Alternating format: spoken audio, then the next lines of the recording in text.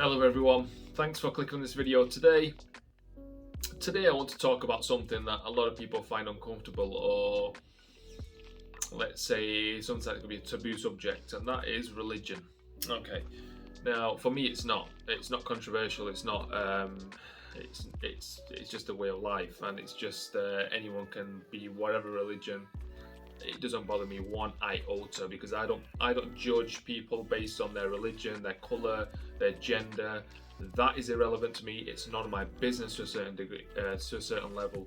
So for me, this is very comfortable because I actually love to learn about different cultures and religions and different ways of life, and I'm very comfortable with that.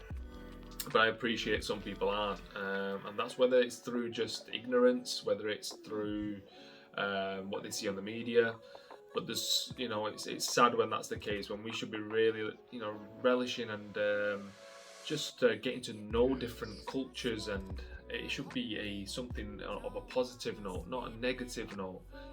How boring would life be if everything was just the same? Same food, same colour, same religion, or whatever you want to follow. Personally, I think it'd be really boring life. I think even if you disagree with that, I think you would agree with it, because it's just like saying, would you watch a certain program just all the time? You probably wouldn't, would you? You'd get bored.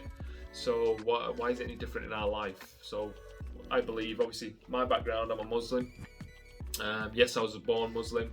My parents obviously have got a Muslim background, but we weren't practicing Muslims at all. Far from it. So, this is why I can probably relate to even more people, because I wasn't, praying. I wasn't doing all the stuff I should have done as a Muslim. And of course, when I was growing up, the negative stigma that was associated with Islam and being a Muslim was something you didn't really want to associate yourself with, to be perfectly honest. But I love to learn, and I love to know the truth. So I went on my own little journey, which I'll come to.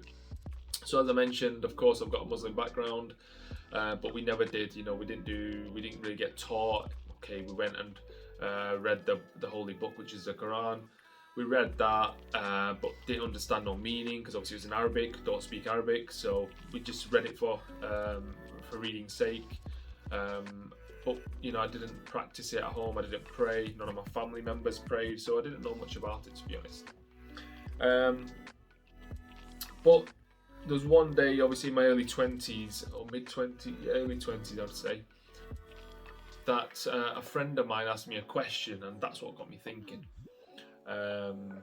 He basically said, do you love your family, etc. So of course I do. What kind of question is that? And he said, well, okay, so do you love your God and your prophet? And I said, of course I do. And he said, all right, lovely, so tell me a little bit about them. I couldn't really tell him anything about them. He said, well, that's the funny thing, because he said, you'll probably be able to tell me tons of information about your family members if I asked you, but you can't tell me much about what you believe you love. And I said, okay, yes, all right. I need to look into this. And I was always uncomfortable, because again, I thought religion was just, there's so many religions out there, which is the right one, it was one of them in my mind. I wasn't convinced. Yes, I believed there was a God, I believed all of that, but I didn't know whether it was ours was the right way. And obviously what we see in the world, you got to appreciate Muslims as well also get them feelings of, is this right, is this wrong? You just don't know if you haven't looked into it. So I started to look into it, essentially. Now, of course, I'm a person who's got an academic background, so I like to be logical in my thinking, but I have an open mind and an open heart. The problem with a lot of people is they don't, and they simply rebuff it because of something they've seen or something they've heard. But that's not the right way to do it. I mean, that's anything. How can you just disregard something based on a narrative that you've heard or not really studied? So when people say, "Oh no, I disregard that," but okay, but what have you learned from that? What have you, what research have you done? Not much. Or you can do that if you like. If you want to do that. Good luck to you. That's fine as well. It's nothing to do with me. But me personally, I like to know what I believe in or what's out there. Is it correct? Is it false? So I'm a big believer in that, and that's why I then started to look into it. I started to look into not just Islam, Buddhism, Hinduism, the Bible. I looked into a lot of it in a lot of detail, because as if anyone's watched a few of the other videos, you'll know when I want to research something, look into something, I've got OCD, so I have to go into it in quite a lot of detail, because it annoys me if I don't know the answers, it doesn't sit right with me. I'll keep going. I'll be skeptical at all opportunities. I'll be, I'll question everything. So that's where it was. Now you might be thinking, well, if that's the case, and of course you might not believe in God even, or you may not believe in a religion, and you may think, well, if that's the case, if you're so logical, then why do you believe it? Because it's hocus pocus. That's fine. So I'm going to give you my reasonings why I believe it. So the first thing is this: if there's anyone listening to this and you feel you do not believe in anything, you're lying to yourself. It's a myth, and you're literally deluded. And what I mean by that, don't take that offensive or personal, but I'm going to explain to you. Everyone follows something, whether it's the government, whether it's nationalism, a country, a certain group. Everybody follows something. You get your guidelines, you get your yes and no's on what to do and what not to do from somewhere. It may even be your parents. You get it from somewhere. There's no such thing as I don't listen to anybody, I don't follow anything. You do. You have to. And then if you could probably count on the 6-7 billion people in the world, there's probably a handful of people who may even fall into the category of I don't believe in anything or I don't follow anything. I don't think there is. It's impossible to do so, because you have to follow something. You're forced to follow something. So that's a total misconception. It's a myth. So if you think that, just have another rethink. Somebody follows something. Now the question is, what do we follow, right? So I'll give you an example now. So for me, let's follow the government. Now you have to always follow government, it's the law of the land, but it doesn't mean that because you're forced to follow something, it's correct. That's the difference. I differentiate. So for example, the government might say a certain laws come in place, but you may disregard with what they're saying. Now, but you'll still follow it because you're a law-abiding citizen. You have to follow the laws of your country that you're in.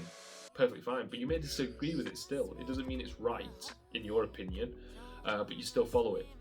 It's same with a religion, and that's why you can follow a religion, because you may believe that has more authenticity than your government, etc. So to give you an example of why I felt the government can't be the right way, or society or countries as a whole, was because, let's take the death penalty for example, right? 100 years ago it's permissible to put someone to death by hanging or whichever means it was, and that was done for centuries and centuries and centuries, but then we stopped it. So are you telling me that all them people before that were wrong? Do you understand what I mean? And now it's suddenly right. And even today, though, we don't have the death penalty, there's so many people I listen to or watch the comments on Facebook when someone commits a really bad crime of any sort, they'll say, oh, give him the death penalty, hang him. So people are still want that for certain crimes, etc. So what I'm trying to say is there's no right or wrong answer. And what the government and the laws state one day could be totally reversed the next day. So where's your boundaries? Do you know what I mean? And that's what made me uncomfortable with following just normal law and believing they are what they are and they say it all. The second thing, of course, is the conflict of interest and the corruption that I see personally. The corruption I see in our politicians. I can't follow people like that. They can't be my role models.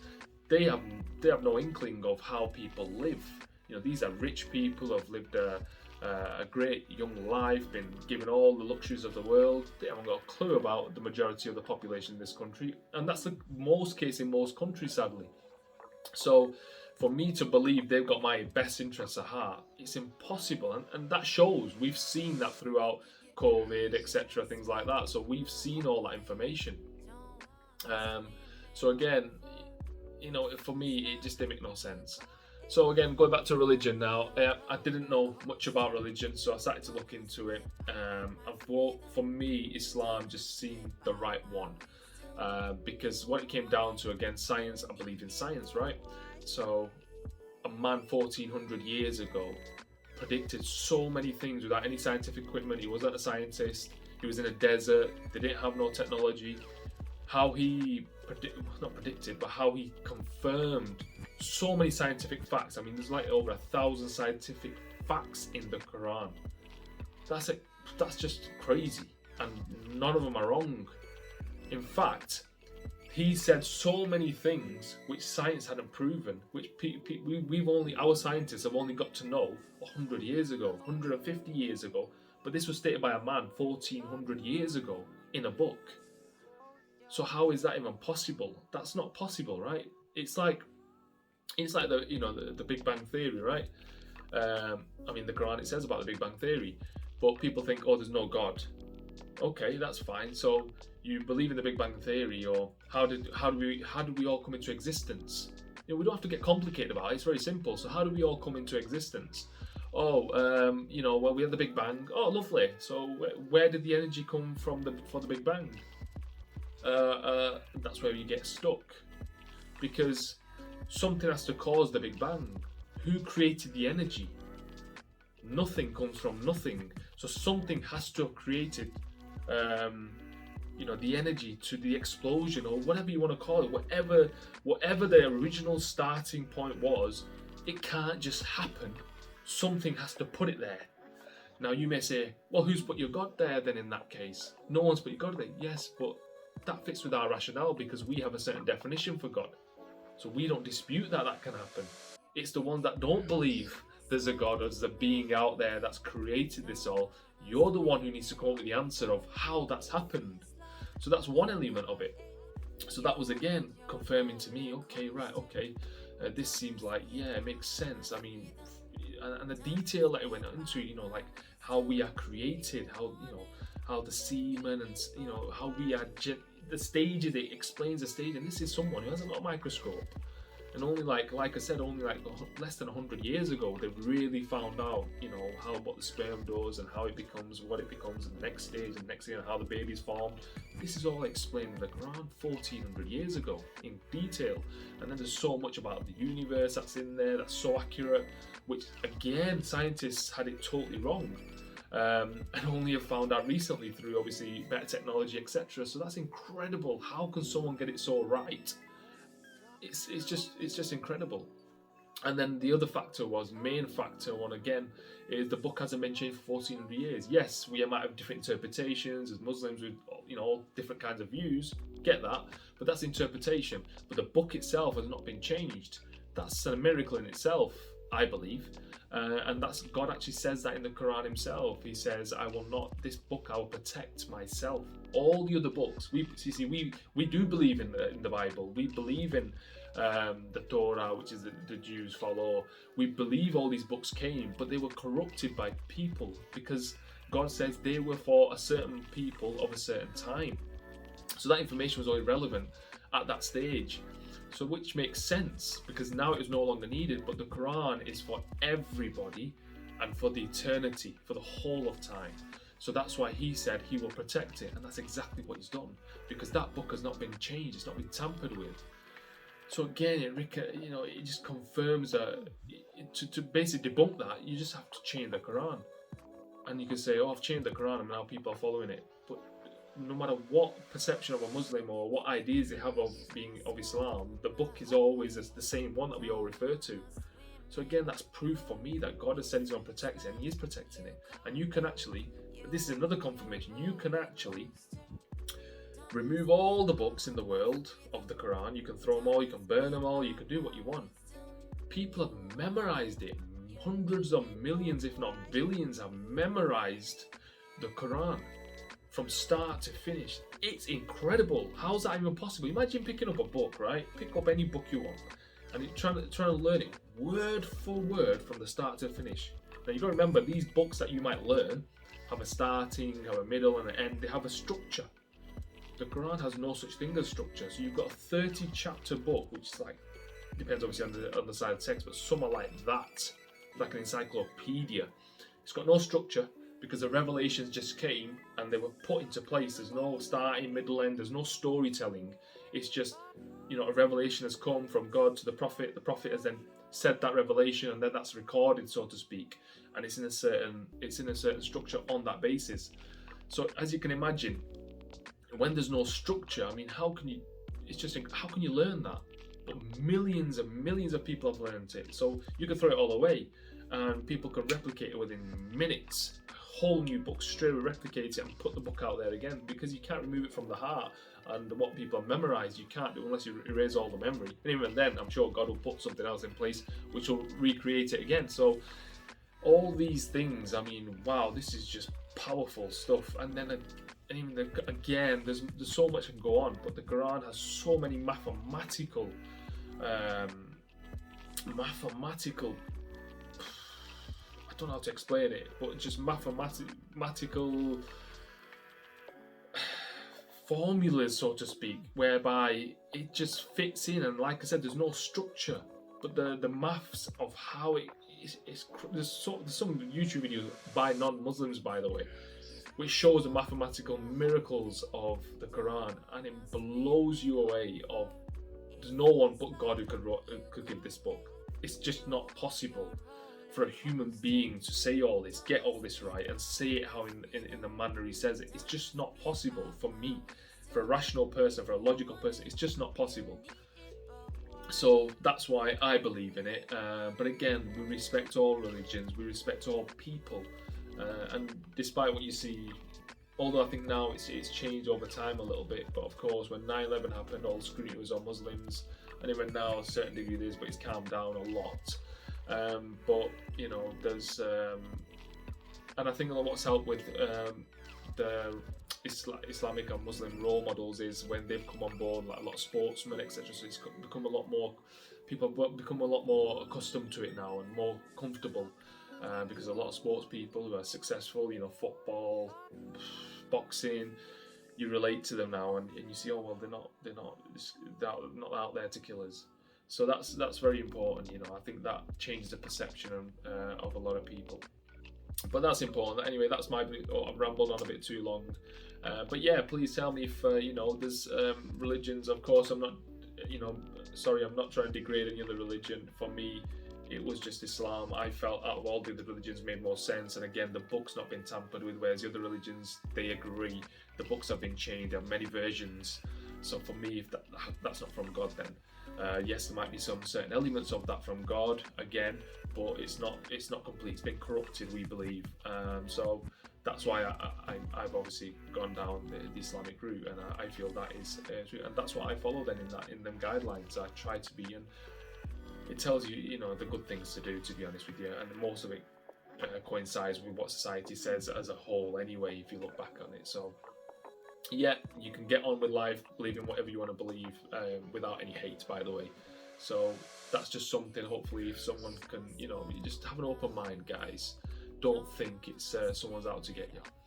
Thanks for tuning in. I went on longer than I wanted to, but yeah, please do subscribe, hit the like button, please comment, please be respectful. Look, we all have our different opinions, and that's perfectly fine. Disagree as much as you like, no problem with that.